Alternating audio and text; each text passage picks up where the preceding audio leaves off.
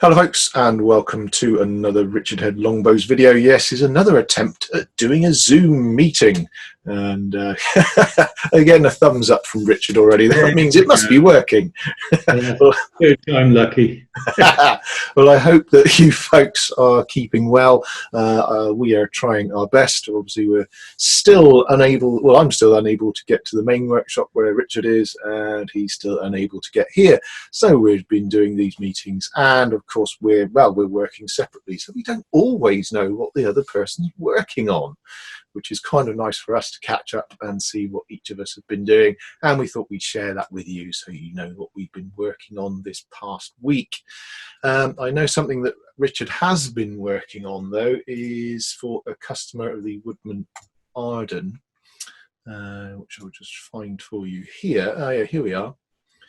The Woodman of Arden. Now this was it's an archery club founded in 1785 by the Earl of Aylesford. I'm referring to my notes there. I'm not some history buff who can remember everything. So they go back an awful long way. I've got an old picture here dug up from the internet, and they do the sort of clout shooting. Richard's probably better explaining that than I am. What sort of shooting is that, Richard? Well, it is clout shooting. They shoot at the clout and the circles on the ground at 180 yards. I think they also do a 200-yard clout. Their headquarters is at Meriden, and they've got a ground there that's really, for hundreds of years, done nothing but used for archery. They've got quite a grand clubhouse. It was grand in its day. I think it could do with a little bit of refurbishment, but they're no doubt working on that as they go along. Each archer has a locker where he keeps his bows and arrows and all his bits and pieces. The members, it's really the great and the good that belong to it. You have to be invited. You wouldn't just turn up on the doorstep. It's an ancient society. They have an annual competition against the Royal Company of Archers in Edinburgh, which I think is quite hotly contested. So you've been making some stuff for a member of that. Have you got some pictures there? Yes. I believe. Yes, I've been making a bow and some arrows for a relative new member. Right. His father was a member, and he's obviously been asked to join, and he needs a bow and some arrows. So we've been making a bow. Haven't finished it yet. This just shows where the handle will go. Oh, yeah. And you can see the mother of pearl arrow plates there. Our logo, which we branded in. Just on the side is the draw weight of the bow, which I think was £50 at 30 inches, and the serial number underneath that we keep a record of. So he wanted a green leather handle, so there's pieces of leather there ready to go on, and our usual gold leaf trim leather, which will go on top and bottom, just to give it that little fancy look, which we appreciated by the woodman. The nocks, what I've done, because we needed to speed it up a little bit, because archery having closed down, the woodman, like all others, are suddenly opening up again. So this guy wants a bow so he can actually go out and do a bit of practicing. So we've used the nocks that we actually sell on our site. We generally make our own nocks, but just to speed things up, we've used nocks that we are selling. I've changed the shape a little bit with a rasp, which is easy to do. We've got that sweep in it to stop the bow stringer, the length of cord with a loop in it, slipping into the groove that the string will go in. There will be a little bit of ribbon going through the hole there to tie the string. So that's what we've done. So that's the bow that we're working on. The customer wanted some arrows as well with clout shooting. We've made up some clout arrows, which are footed, in this case with Purple Heart. The piles are 35 grain 9/32 piles on this one. His arrows are about 31.5 inches long. He has got a 30-inch draw, which we do check. Not many people draw that length, but he does. So the arrows are designed for his bow and that length of arrow. He also wanted some target arrows, because as well as clout, they do a little bit of target. So there's some of them there on our table with the jigs on, ready for fletching in his particular colours. And like the Royal Company of Archers, each member has his own colours. Very often they've got a family coat of arms, and they use some of the colours from the coat of arms for the cresting and the fletching colours.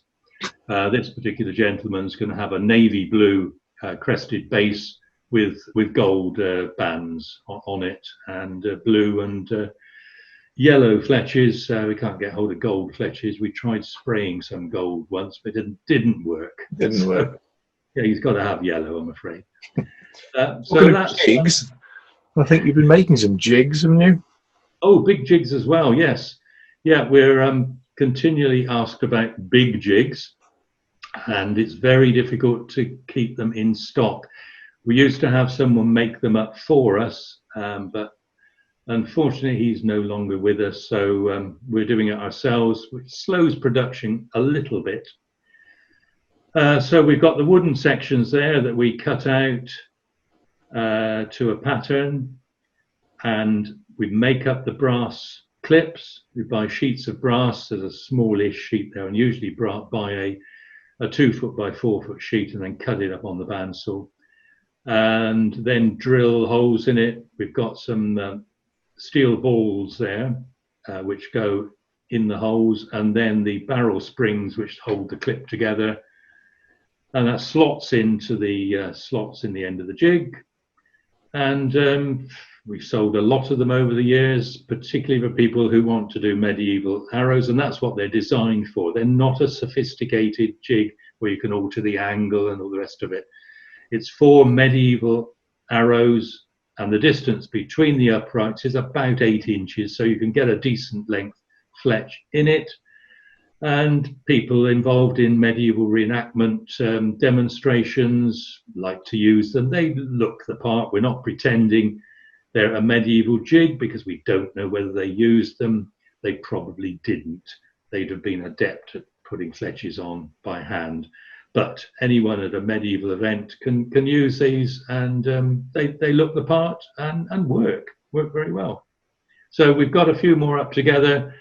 I think we might have half a dozen perhaps to make up. So they are available on our shop if anyone's desperate for one. Great. Oh, that's good. It's good to know that they're back in stock. And as Richard said, yeah, they are on the shop now. I'll put the link below in the description box if you're interested in one of those. There's been quite a few things that we have not been able to get hold of that have run out because of obviously everything that's been going on with the pandemic. So things like HMG, which is the fletching glue that we use, which Richard will be using on those arrows that were on that fletching table there. Somac, which is the linen thread, which we have now started to be able to get again. They actually, oh, there we are. There's some.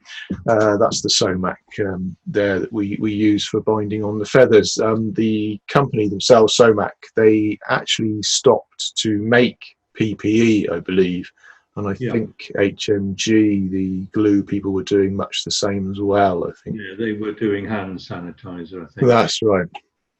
So a lot of these things have been unavailable, but for good reason. But things are starting to normalise as far as the factories and that sort of thing go. And also, I believe, TrueFlight. We've had a lot of difficulty getting hold of the feathers, and those sorts of things have started to come back into line again. The factory's starting up again, but don't forget, everybody, don't get too excited. These companies are probably catching up on 3 months worth of work, and they also may not have everybody back working with them. So things are probably still going to be delayed as far as getting items in. But as I say, we have now got the Somac, we've got the HMG, and we're working on getting the feathers. Talking of feathers, sorry. With regards to the feathers, they are coming in from America, those particular ones, and the transport is a problem. A lot of stuff I think used to come on commercial planes in the hold. Now they're having to just rely on dedicated courier planes and the rest of it. So it's a lot slower. Yeah. To actually get stuff. Talking of feathers, that's something I've been doing in the workshop this week. I've been working on some these 6 1/4 feathers using the feather chopper there. If this video footage doesn't work very well via Zoom, I will edit this in afterwards, so hopefully you can see what it is that I'm doing there with these nice blue feathers. So we still do have some stocks, and I say that's the 6 1/4 that I've been making up this week.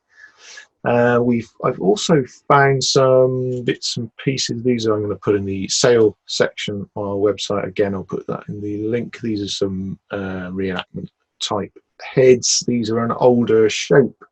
We do a slightly larger, thicker walled version of this. These are some of the old ones which I found, which I'll, as I say, I'll put in the sale section if you're interested. And that's something else that we've got on order, but it's stuck in another part of the world again because of carriers. Yeah. So we will be getting more stocks of those. All the other types of heads that we get, we are actually from a UK produced company. So the steel 3/8 medieval type heads and the very pointy Victorian type piles and things, those are still available. We're able to get those locally from the UK, but a lot of other stuff from around the world, as Richard said, has, well, it's become an issue, but things are starting to improve. Out of interest, something I spotted, which I think I've got on a web page open here, was a dig that was going on. It does say archaeological dig near Dublin Castle has uncovered some of the city's earliest landscape, including the original course of the River Poddle. I love that name. But one of the things that they found within that was some artifacts, which includes an arrow, which I have got a picture here, and an arrowhead, rather amazingly. I don't know any more details than that at the moment. Again, that article, I will try and link that in the description box below if you want to have a look. So I really don't know anything more than I've just said there, really. That's something I only saw on the news yesterday, I believe the 9th. That news came out. So as I say, if you want to have a look at that, have a read up on that. Yeah, quite interesting. An unusual sort of shape, that one. I'm not an expert on, again, historical side of things particularly, but that's quite an unusual shape. That head, it's not one I'm particularly familiar with, but anyway, there we are. So a bit of interest, as I have a look at the link if you want to see more. Somebody was asking on our YouTube videos how to sharpen a scraper. So I've done a very quick video of that. Again, if this doesn't show very well, I will edit it into the video so it makes it a bit easier to see. But the way that we sharpen them is by actually using a grinder. As you can see there in the video, I'm trying to find the bird edge. You want to keep the burr side down when you're using the bench grinder here, and hold it carefully. I am using goggles here, everybody, and ear defenders and everything, and you run that blade carefully using the flat section of the guard at the front there. You'll find that leaves you with a sharp edge on that side, and the bird edge, as I'm catching that with my finger there. The cutting edge is the flat edge there, as you can see I'm demonstrating. The edge away from you is the bird edge. So that's your cutting edge, which is the flat sharp edge. Hopefully that makes sense, and that's cleared that up for the person who was asking about that. And I'm sure there'll be lots of people saying there are other ways of doing it. Yeah, I was going to say that, but that just happens to be the way that I do it. And we do. And it works for us. The cabinet scraper, which is that scraper that I'm using there, in general is used with 2 hands and the thumb actually putting pressure onto the bottom side of it, and quite often working away from you, using it in long strokes on flat material. So there are probably better and more different ways of sharpening it for those sorts of uses, but we don't use it like that in the bow making. I tend to use it in one hand, and I'm working on a piece of wood and I'm working towards myself. But that was, as I say, what the person on YouTube was curious about when seeing me do that, how I sharpen it for that particular use.